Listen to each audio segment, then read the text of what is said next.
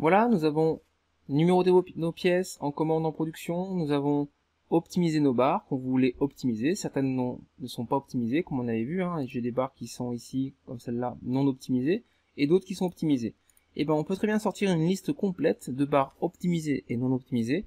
Il suffit simplement une fois que c'est optimisé, de les activer, CTRL A, exporter, liste de commandes, éditer liste, tout simplement. Et là, vu que vous avez optimisé des barres, une option apparaît en plus qui est exporter les volumes bruts d'optimisation. Donc, vous cochez bien la case, vous dites OK.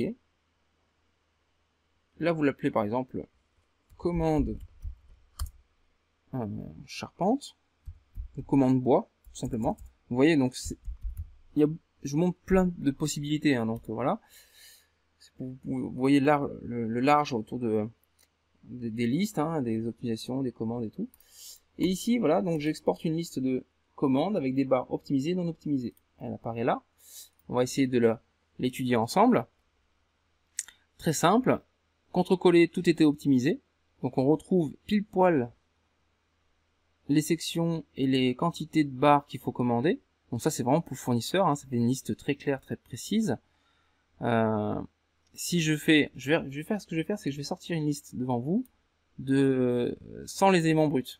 Donc je reprends ça, exporter, liste de commandes, éditer liste. Je décoche ça, vous allez voir la différence. Voilà, je vais l'appeler commande, tout simplement, enregistrer. Vous allez voir la différence entre une barre qui a les barres optimisées et d'autres non.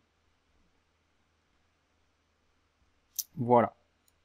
Donc, ce qu'on peut voir, ça c'est pour moi c'est les mêmes listes, sauf qu'ici c'est un débit sur liste classique, voilà, où on a toutes les pièces regroupées par matériaux, section brute, longueur brute, voilà, avec les chevrons la même chose, et ça c'est la même liste mais en ayant optimisé pour le fournisseur.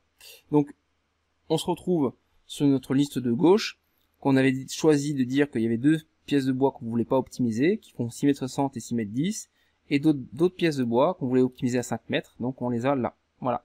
Voilà le principe. Alors bien sûr, quand on optimise ici, il y a forcément par rapport à un débit sur liste, plus de chute. Donc là, on se retrouve à 6,31 m, 31, alors qu'ici, en débit sur liste, on est à 5 m3. Donc attention à ça aussi, sur l'optimisation et le résultat final. Voilà.